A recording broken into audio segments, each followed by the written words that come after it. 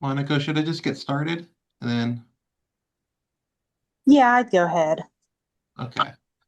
Yeah, and this is going to be recorded, so people will be able to get this too if they're coming in late here. But good morning, everyone, and welcome to today's webinar, Beyond the Evidence: The True Impact of Sexual Assault Exams. I'm Carl Diertz, Office Coordinator for the Tennessee Center for Nursing Advancement, the sponsor for today's webinar. The Tennessee Center for Nursing Advancement is dedicated to supporting and empowering the nursing workforce across our great state and the Appalachia Highlands. Our mission is rooted in advocacy, education, and collaboration as we work to strengthen the nursing profession, address workforce challenges, and ensure the delivery of quality care for every community in Tennessee and the Appalachia Highlands. We serve as a resource hub for nurses, healthcare organizations, policymakers, and educators, providing critical insight, tools, and initiatives to tackle current issues and prepare for the future of healthcare. Whether it's through workforce research, leadership development programs, or partnerships that bring meaningful change, we are committed to advancing the role and impact of nursing in every corner of our state and the Appalachia Highlands. Today's webinar is a chance for us to connect, learn, and explore how we can continue to make a difference together. Before we dive in and introduce our speaker, let me take a moment to cover a few housekeeping items for today's webinar. All participants, please remain muted during the presentation to minimize distractions. If you experience any technical difficulties, please use the chat box and our team will assist you. We encourage you to ask questions. Feel free to type your questions into the chat box at any time during the presentation. We'll address them during the designated Q&A session at the end of the webinar. This webinar is being recorded. A copy of the recording and any shared materials will be sent to all registered participants afterwards, so you can revisit the information or share it with colleagues. It would also be posted on the center's website at tcfna.org. All participants will receive a participation certificate via email after the webinar. And then at the end of the webinar, you'll also receive a brief survey. Your feedback is incredibly valuable to us as we continue to improve and deliver meaningful sessions like this one. All right, with that out of the way, it's now my pleasure to introduce today's speakers, Drs. Lisa Beasley and Dr. Andrea Sebastian. So just a little bit of an introduction to each. So Dr. Lisa Beasley is an associate professor at the University of Tennessee Health Science Center College of Nursing, where she leads initiatives that advance rural health access, forensic nursing, and nurse practitioner workforce development across West Tennessee. She also serves as a director for the Center for Community and Global Partnerships and the Accredited Provider Program Director for Nursing Continuing Professional Development. A certified family and advanced forensic nurse, Dr. Beasley is recognized as a distinguished fellow in the International Association of Forensic Nurses. And then we have Dr. Andrea Sebastian, is an associate professor at the University of Tennessee Health Science Center College of Nursing and a member of the child abuse team at Le Bonheur Children's Hospital. Her clinical and academic work focuses on child abuse evaluations, sexual assault response, and pediatric forensic nursing. She is a certified pediatric sexual assault nurse examiner, advanced forensic nurse, and distinguished fellow in the Academy of Forensic Nursing. Please join me in welcoming Drs. Beasley and Sebastian. Thank you. Thank you so much, Carl. I'll go ahead and get the screen sharing going for the presentation. Let's see.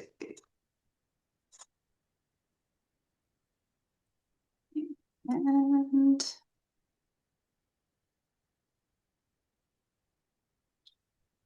I'm going to move y'all out of the way.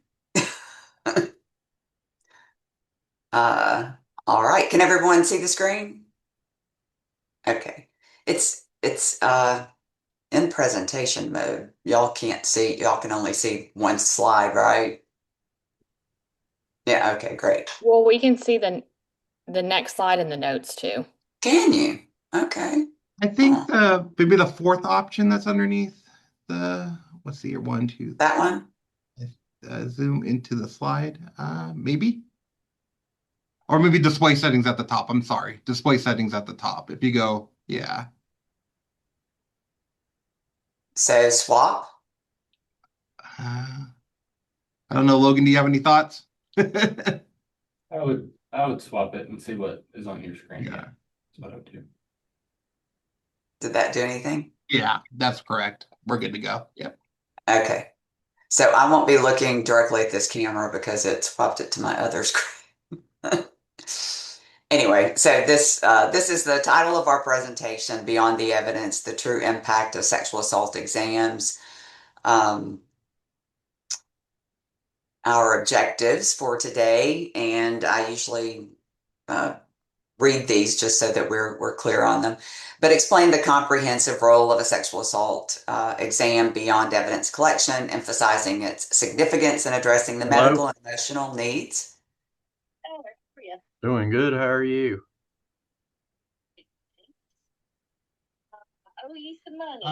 Robert, would you mind muting? We can hear you on this side. Let me get over here where I can get to the bank.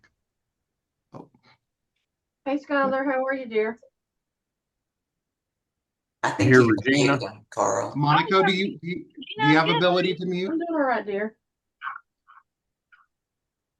You all still running full speed ahead? Oh, yeah. Yeah, buddy. Like our hair's on fire.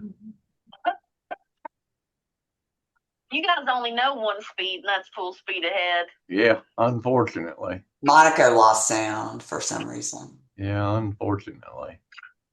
I don't have, let me see here. I don't have what do you call it? Like administrative abilities to. Yeah. Yeah. Robert Morton, can you please mute?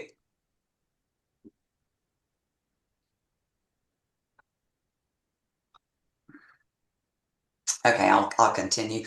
Our second objective for the presentation is to identify key components of trauma-informed care that enhance patient trust, engagement, and medical and emotional needs. The third one is to develop strategies to educate healthcare providers, law enforcement, and the community on the broader impact of medical forensic exams and supporting survivors' recovery. So what is a saying? I remember hearing this term early on in my nursing career and thinking that this was just such a strange, what is a saying? What is a saying? And then learned that it was stood for Sexual Assault Nurse Examiner. And the first SANE programs were developed in Memphis, which is where Andrea and I are, in 1976. So we were on the forefront of this this part of nursing. Minneapolis, Minnesota in 1977, and Amarillo, Texas in 1979. So a SANE, for those of you who don't know, is a registered nurse who has specialized training to be able to care for those individuals who have experienced sexual assault or sexual abuse. We provide comprehensive medical, psychological, forensic care, including evidence collection and documentation, as well as emotional support and advocacy. So SANE nurses, our responsibilities include conducting that physical examination while explaining each step of what's going on while we're collecting the forensic evidence, testifying in court, and providing education and planning for sexually transmitted infections, pregnancy. Additionally, we offer emotional and social support through the process in collaboration with rape crisis advocates. Many of the SANEs have completed training, and very few are nationally certified. There are 69 SANE adult adolescent certified in the state of Tennessee and 19 certified in pediatrics in the state of Tennessee. But we do know that there are many more who are practicing in the state.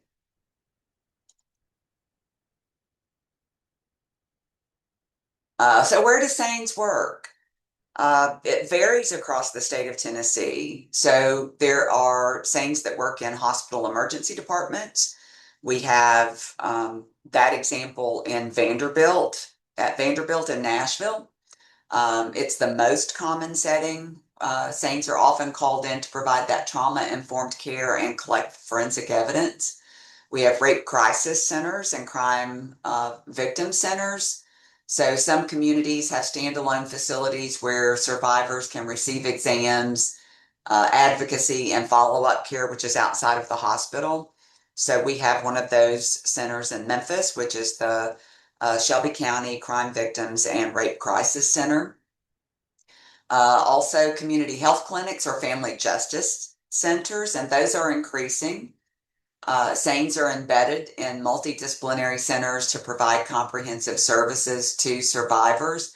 And I think there are actually some rooms that are set aside in some of these family justice centers in the state of Tennessee, but not often are they being used because we don't have a lot of collaboration for SANES to be able to come in to do those exams. They can't just come in and do them at these centers without being affiliated with, say, a community center or excuse me, a rape crisis center or an emergency department at a hospital. We have military facilities. SANES also serve on military bases to support service members and their families. And correctional facilities. Some of them provide exams for incarcerated survivors of sexual assault. And the last one would be academic medical centers. Universities and teaching hospitals often employ SANES for both clinical care and training future examiners. So why would someone need to see a SANE or need a medical forensic exam? A timely, high-quality medical forensic exam can potentially validate and address the sexual assault patient's concerns and minimize the trauma that they may have experienced and promote their healing. At the same time, it can increase the likelihood that the evidence that is collected will aid in a criminal case investigation, resulting in perpetrators being held accountable and further sexual violence from being prevented. Did I skip a slide? Yes, I did. I thought I did. So I want to play this short video so maybe you can get a better understanding.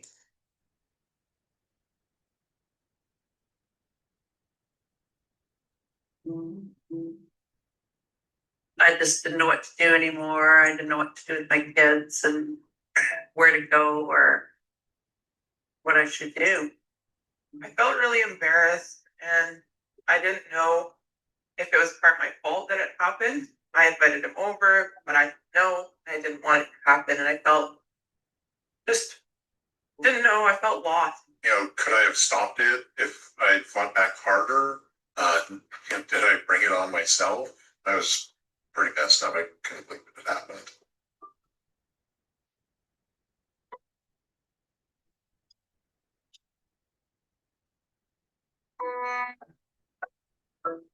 The survivors that arrive are almost always very nervous, upset, and afraid of what's going to happen. I had no idea when I went to the hospital that there was somebody there that specialized in looking after women that had been abused, and I was scared.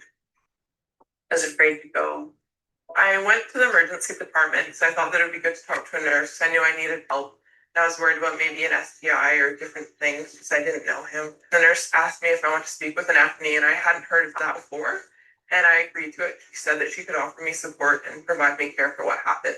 After I said I wanted to talk to FNE, I was brought to a quiet room, and I was there on my own, away from the ER and all the craziness there. I was nervous, wondering if people were going to judge me or if anyone would find out what I told her. When I first saw the nurse, I was afraid because I didn't know, if I told them, who was going to know, would the police know? Did they have to tell the police? But right away, the FNE told me that she had to get my consent first and told me that nothing would be shared from her to anyone else with what I told her. And I felt like I could trust her and open up. I tell them my name and who I am and what my role is with them. And I always tell them I'm sorry that you had to be here, but I'm so glad that you've come in for care. I just felt so like a whirlwind inside and I didn't know what to do and I was scared and I wanted to cry and I was angry and she was just calm and just, gave me that time to share what I needed to share, and she explained everything, and I just felt really safe. I felt like I could trust her and that they'd help me with what happened. She was really reassuring and told me that it wasn't my fault, and she told me that she was here for me and me only. Yep, I am there for them, and I feel like that is the major point of being there. She let me know that, I was still with a valued person, that, wasn't deserving of being abused, and I felt so much better not holding it inside, and I could share it with somebody else, and somebody who I really felt that cared about me. She told me that I could just be assessed medically to make sure I was fine, that I didn't have any injuries. Or she said that she could take forensic samples and that she could store them for up to a year if I chose to report to the police. Or she could do the exam, take the swabs, and then I could report to the police at the end of this. It was mostly about me, getting care for me, making sure that I was physically okay. And I'm touched by the fact that people have trusted me with their fear and their terror, and they share that with me.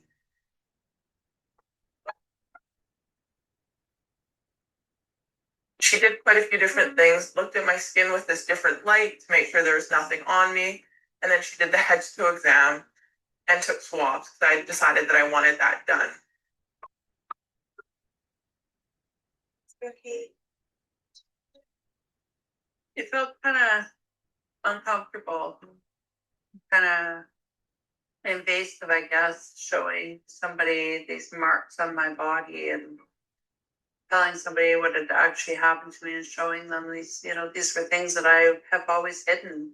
After I showed her, a couple of bruises, and I admitted that this is what had happened to me. It was a relief. Daphne took the time to talk to me about the resources in the community, as well as the imminent supports that she could provide me with. Well, she connected me with a counselor to make sure that I was safe, that I had a safe place to go and a safe way to get there after I left the hospital. Open the door for me to talk to my family doctor about what was going on for me. And I actually even eventually felt comfortable enough to go to the police. I felt safe enough to do so. The nurses that work on this team are amazing. They're supportive. They treat you with respect, dignity, and assure you that it's not your fault, because it isn't. I would recommend searching out these resources no matter what gender you are.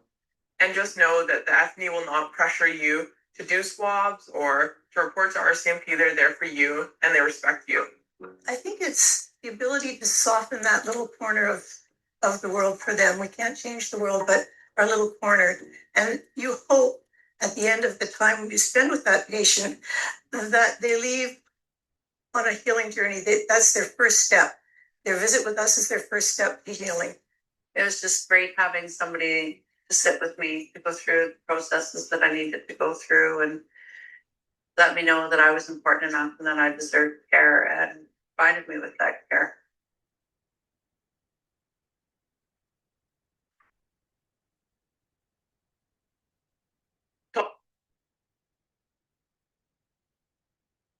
Okay.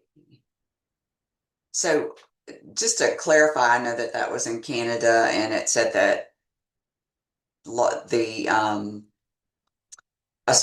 sexual assaults are largely underreported in Canada. They're largely underreported across this country and across the state of Tennessee as well. And they also referred to an FNE. So SANEs are called different titles across the country. So an FNE would be a forensic nurse examiner. So to continue on, the Jim Coley law, Jim Coley was a representative and he was from West Tennessee, and he actually passed away a few years ago, I believe. But House Bill 0039, Senate Bill 1035 was passed in our 112th General Assembly in the state of Tennessee. And it was an amendment to Jim Coley's Rape Survivors Protection Act, and it provided more details about victims and survivors' rights. So Just to kind of tell you a little bit more about that, a victim of a sexually oriented crime is entitled to a forensic medical examination without charge. So if those victims come into whichever type of center or emergency department, they're not to be charged for those exams. Within 24 hours of the forensic exam, healthcare provider will notify the applicable law enforcement agency. That is if the medical forensic kit is collected. Some people call them rape kits. I prefer a medical forensic kit.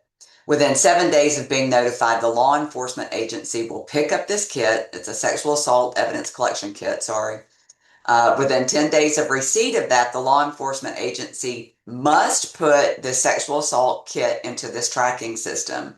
And we have this tracking system in the state of Tennessee. Within 30 days of taking possession, the law enforcement agency shall submit that kit to the state crime lab or another similarly qualified testing facility. The location and status of the kit must be updated in this tracking system by the law enforcement and crime lab at each step of the process.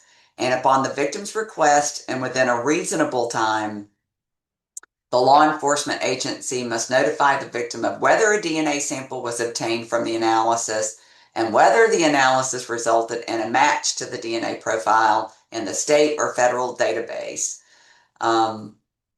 So this has great implications for being able to prosecute the perpetrator of the crime and to help the victim in their, we call them patients, but to help them in their healing. So there are hold kits of adult victims that are being held by law enforcement agencies pending the decision of victims. So victims don't have to have this kit analyzed.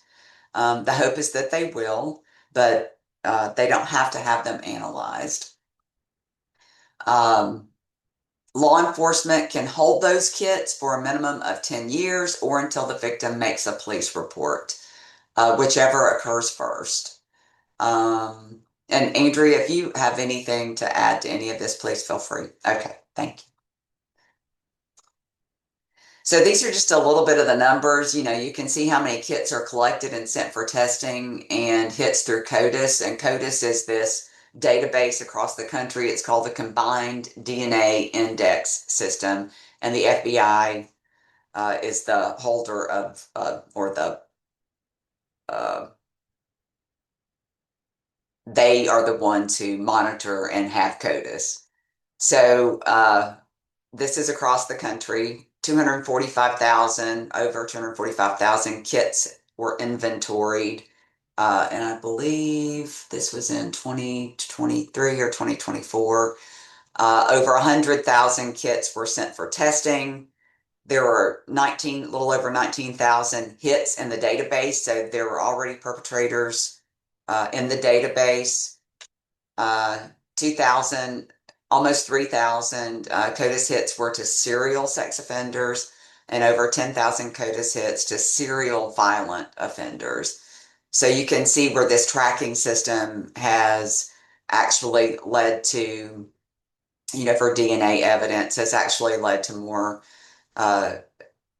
hopefully, perpetrators of sexual assault being convicted. So this is just a little bit more about the DNA evidence. So to establish sexual contact, to prove legal elements, identify a donor to include or exclude a suspect, because collecting DNA doesn't have to mean that you're identifying the perpetrator. It can also exclude someone that you think could be the perpetrator. It could link the suspect to other crimes, both past and future, and it can help corroborate those statements of the victim or even the suspect.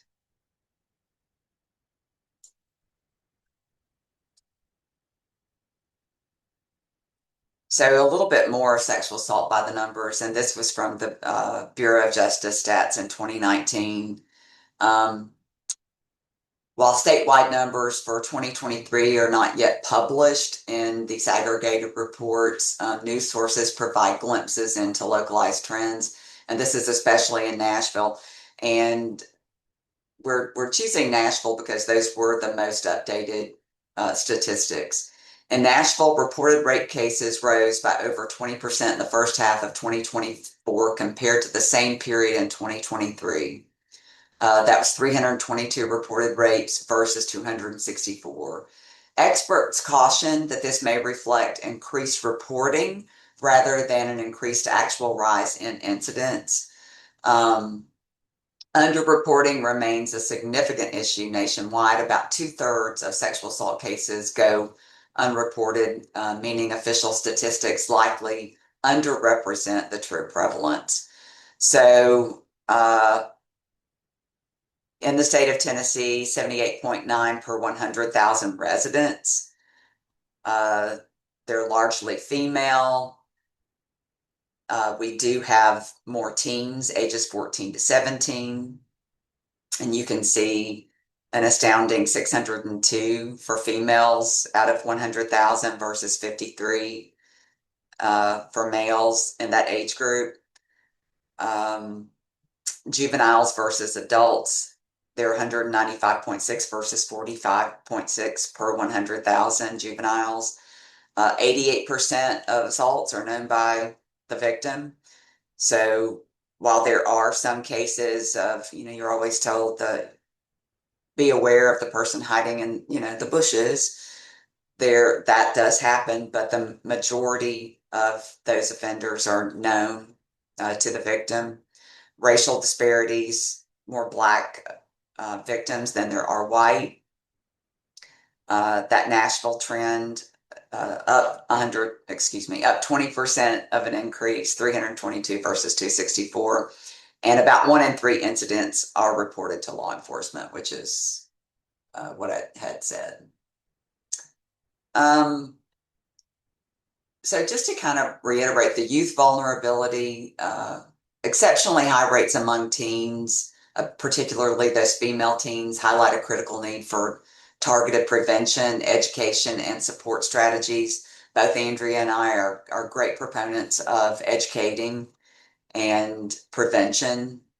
Those racial inequities, the Black individuals and especially Black females experience significantly higher rates of victimization, underlying the structural disparities that must be addressed. That known assailant context interventions should account for the fact that most perpetrators are known to survivors, reinforcing the importance of that trauma-informed approach and those community-aware responses. So improving the reporting. The rise in reports, like in Nashville, may reflect that growing trust in systems, potentially. Maybe there's better awareness and reduced stigma, positive trends, hopefully, in the long run. And there are many of us who have worked across the state from West, Middle, and East Tennessee to hopefully improve that reporting. That underreporting gap, given that most cases do go unreported, policy and clinical responses, they need to extend the law beyond law enforcement data, incorporating anonymous surveys, health-based screenings, and community-based reporting initiatives.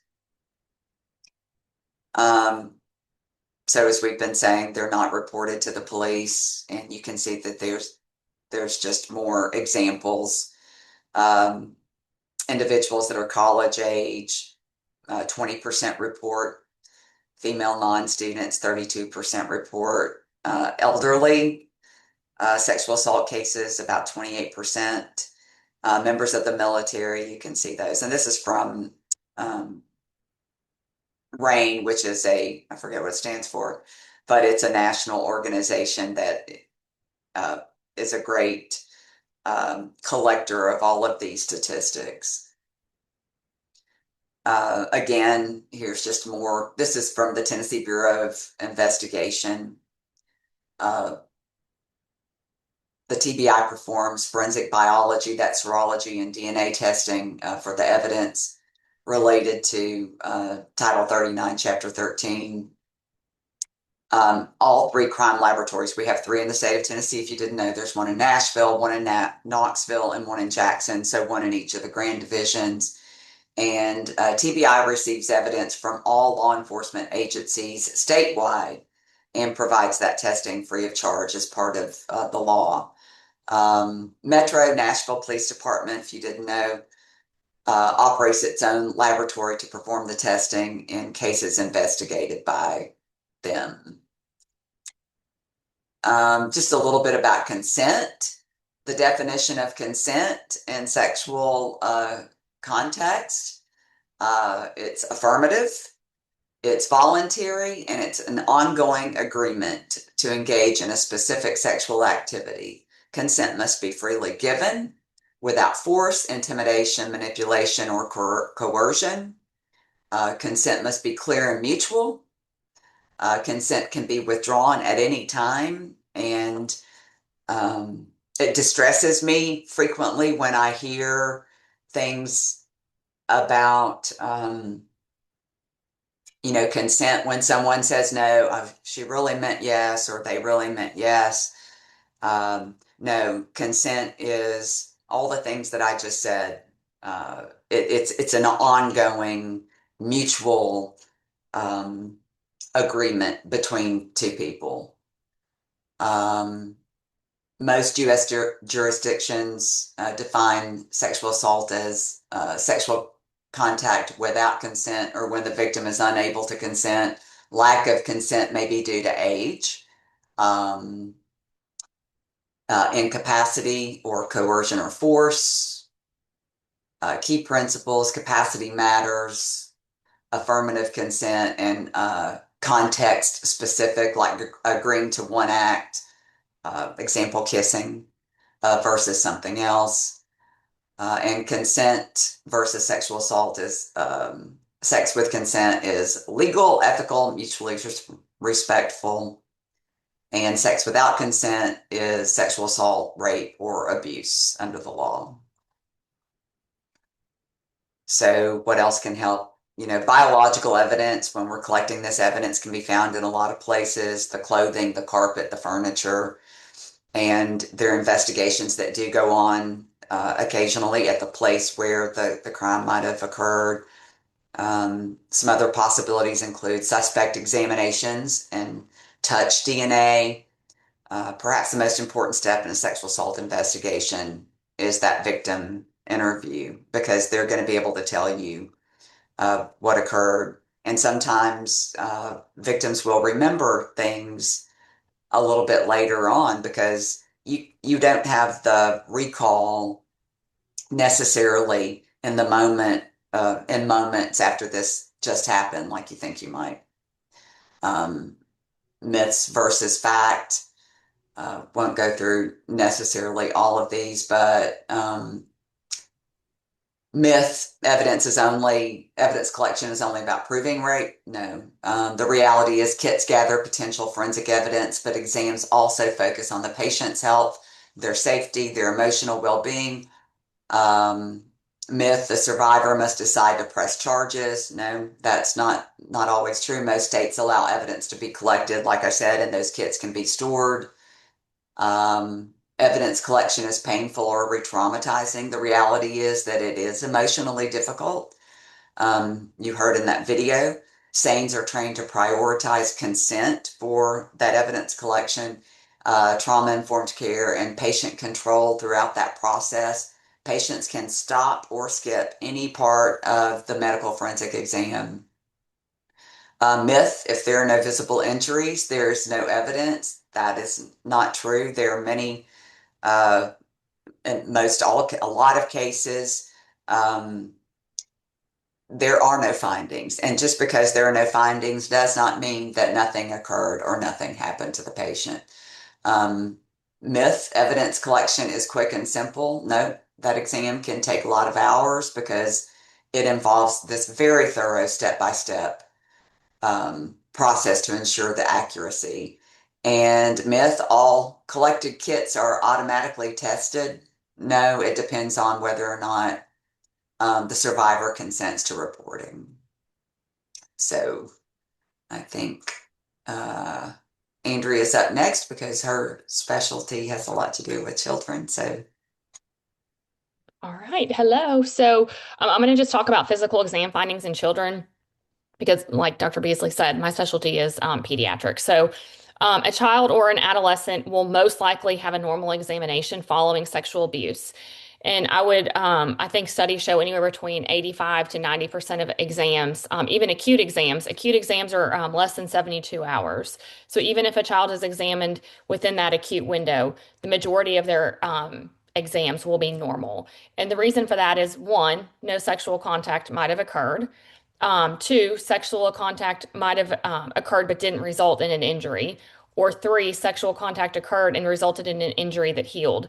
So I always like to explain to my families that um, the tissue around the vagina is almost like the inside of our mouth, and so it heals really quickly. And so it wouldn't be uncommon that they actually heal very quickly. A lot of that too is number one says no sexual contact. But a lot of kids, when they're sexually assaulted, are fondled, and so there would be no actual evidence in that or physical exam findings. So next. Only 2.2% of sexually abused girls examined non-acutely, which means greater than 72 hours, had diagnostic physical findings, where among those examined acutely, the prevalence of injuries was 21.4%. This is also one of my favorite studies.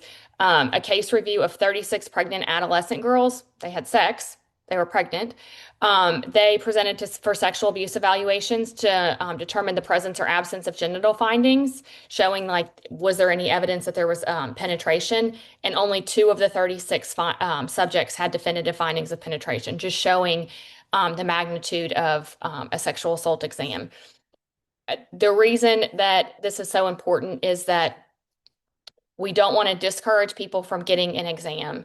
And we'll talk about that on the next slide. There's also in pediatrics, we get calls a lot. Like people call me and be like, hey, can you tell me if my daughter had sex? That's why we don't do virginity checks. All of those things are not true. It's not like the first time you have sex, some magic thing happens to your body and you can tell from a medical exam. So the reason we do this presentation is even if a patient does not want to have an evidence collection kit, there are so many other things that a sane nurse can offer, and it's holistic medical care. For example, we can provide medical care. So we can provide, if they have an injury, we can identify them and treat them. We can provide STI and pregnancy prophylaxis and address any other urgent healthcare needs. We provide a trauma-informed support. We validate their experience. We offer crisis intervention and then connect them with advocacy. We allow survivors to make informed choices about each step and about reporting. We record the findings in a way that supports medical care and potential legal implications. We provide referrals for counseling, primary care, follow-up testing, and then also community resources. And we provide safety planning, where we address immediate safety concerns and connect survivors with advocacy and protective services if needed. Next slide. The importance, again, this is just another slide of how important it is to go to the hospital and to get medical treatment as soon as possible, because some of the injuries could be hidden or even be internal. Like we can do full head to toe exams, and we do very thorough exams. I even look between my kids' toes that when I do an exam, look in their mouth. There are just many things that may be hidden or you only know to look because you've been trained. We also screen for STI, as sexually transmitted infections. And then we also do prophylaxis. And if you have an STI, we can do the treatment. Also encourage them for follow-up, all of those things that are very important. We can also offer pregnancy prevention, emergency contraceptive, and then screen them for suicide risk and mental health support. Next slide. We practice trauma-informed care, and that enhances patient trust and engagement. We believe our patients, first-time survivors, may really need to talk to a SANE so that they feel heard and supported. We provide them early connection to mental health services and advocacy. The long-term outcomes when a patient sees a SANE is they have reduced PTSD and anxiety when survivors, because they receive compassionate, competent care. We can also connect them to legal aid and follow-up and we will support them through the criminal justice process. Next. These were some really moving quotes that I found online, and I just want to share them with you. These were from patients that saw SANES. One said, "I was a victim of sexual assault when I was young, and the people who believed me changed my life forever."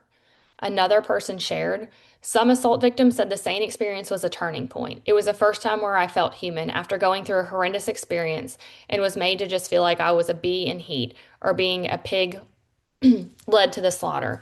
And people like the advocates and the nurse examiner, they make you feel like they're more interested in you and helping you cope with what happened. And that makes it easier because they're looking at you like a person. And another person shared, "She was calm and soft-spoken that night. She let me know she was so sorry this happened to me. She was gentle and put me at ease while collecting evidence and explained each process and why she was doing it. She was genuinely concerned about my injuries and believed me that something horrible had happened to my body." Next slide. The reason why STI treatment and screening is so important in Tennessee is you can see the Tennessee rate of chlamydia is higher than the US rate, and so is the gonorrhea rate. And so we really need to make sure that our patients are being screened and treated. Next slide.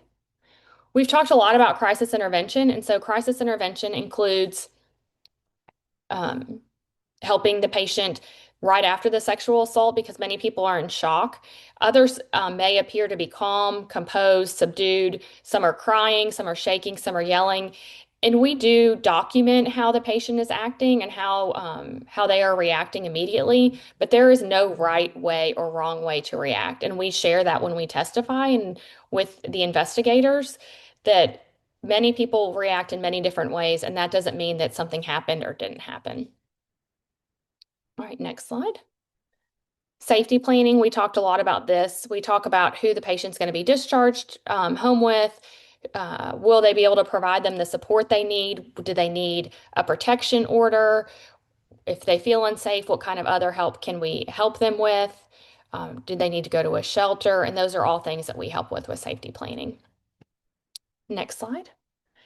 I talked a little bit about how important a follow-up medical exam is. In the days following the assault, it's important for them to continue to get medical care so we can document whether the injuries are healing, for example, bruising, or if things are getting worse. So, for example, sometimes in a strangulation, you don't immediately see bruising or the petechiae, and when they come back to clinic, a few days later, you can see it.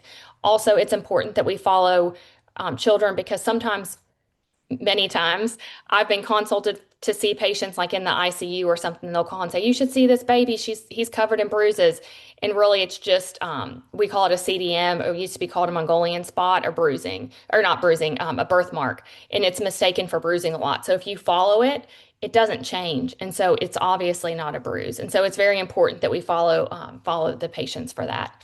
Also, patients should be scheduled for follow-up clinic at 2 weeks and 4 weeks post-assault for STI evaluation and care, HIV testing, and hepatitis B vaccine if indicated. Next slide.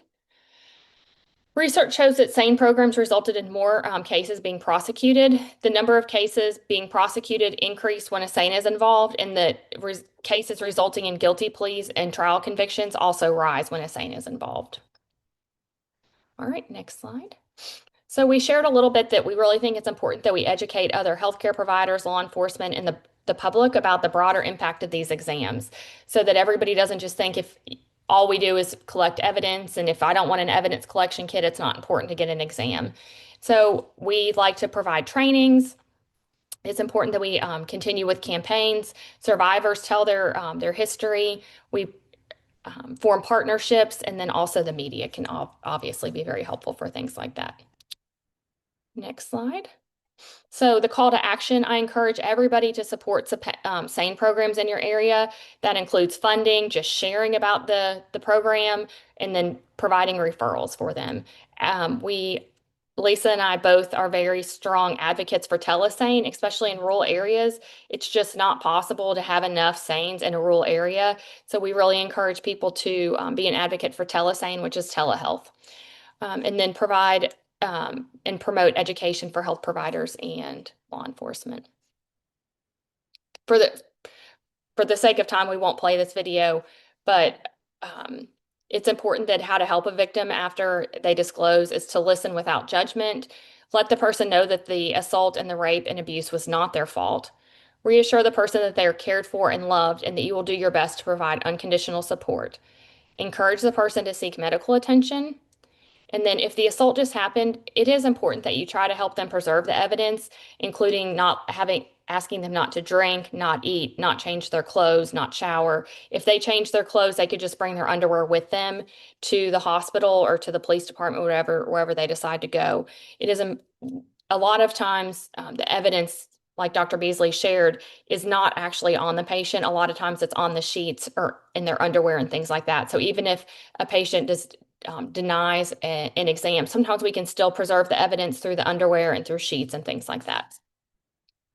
Encourage, but don't force the person to report the assault. It is a crime, but they have the right to report what happened to them if they want.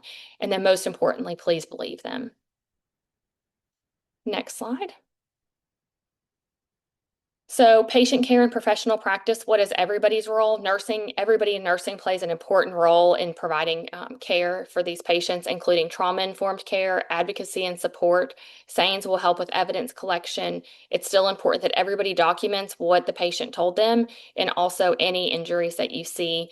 And then reporting. Mandated reporters, you do have to report suspected abuse and neglect in certain instances, including children and vulnerable adults.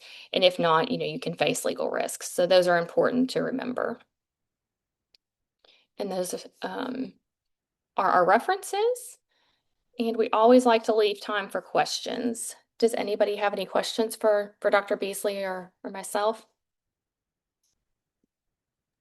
I can stop sharing, but I wanted to get this last slide in because it has our email address, which I know you'll send those out. Y'all will send that out. So if anybody needs us or wants to talk further about it, we'd be happy to do so. Yeah, and if you ever see a patient and you just have questions about it or you need help, we're happy to help you. We want everybody to feel comfortable. We know that this is very uncomfortable for most nurses, and we would love to help you feel more comfortable and to help you feel confident in the care you provide.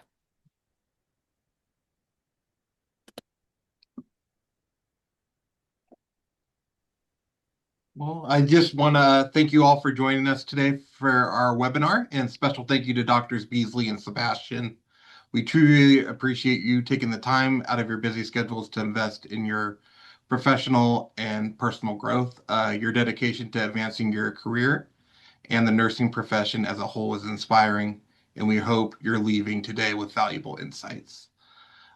Before we wrap up today, I want to remind you that you will be receiving an email shortly containing your participation certificate and access to the webinar recording. Additionally, in that email, there will be a short survey, and we truly do appreciate your feedback to help us improve and tailor future sessions to your needs. Thank you again for your participation, and we look forward to supporting you as you move forward in your nursing careers. We hope everybody has a wonderful day. Thank you for inviting us. Yes.